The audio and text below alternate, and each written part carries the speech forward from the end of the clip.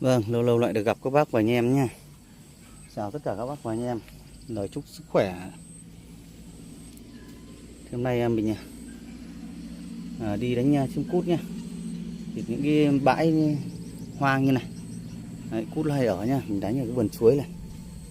Bây giờ đặt máy quay đây, quay các bác và anh em cùng xem nha. Con cút mồi trong này là con cút bổi nha. Mình vừa bắt được. Vừa bắt được nha, đánh bằng thòng con này. Này, cái thòng này bắt được mình thòng đa lăng. Đánh trăng nghịch mắt đỏ được hết đấy. Đây, để mới quay để quay các bác và anh em cùng theo dõi. Các bác và anh em xem vui nhá. Ok. Rồi các bác và anh em chờ đợi càng là xem thế nào nhé.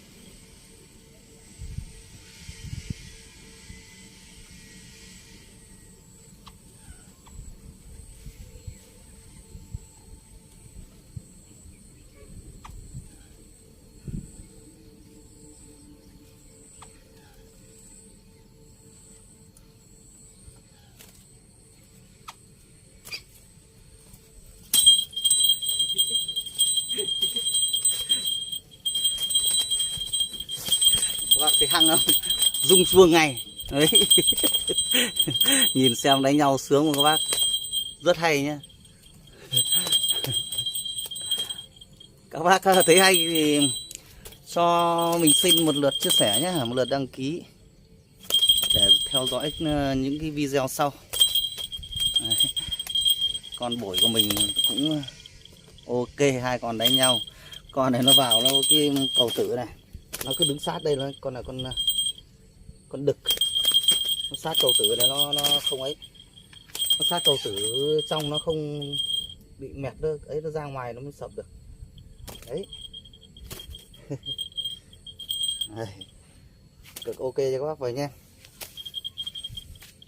rất ok đánh nhau túi bụi. Rồi, cảm ơn các bác và anh em nhé đã theo dõi video ngắn này.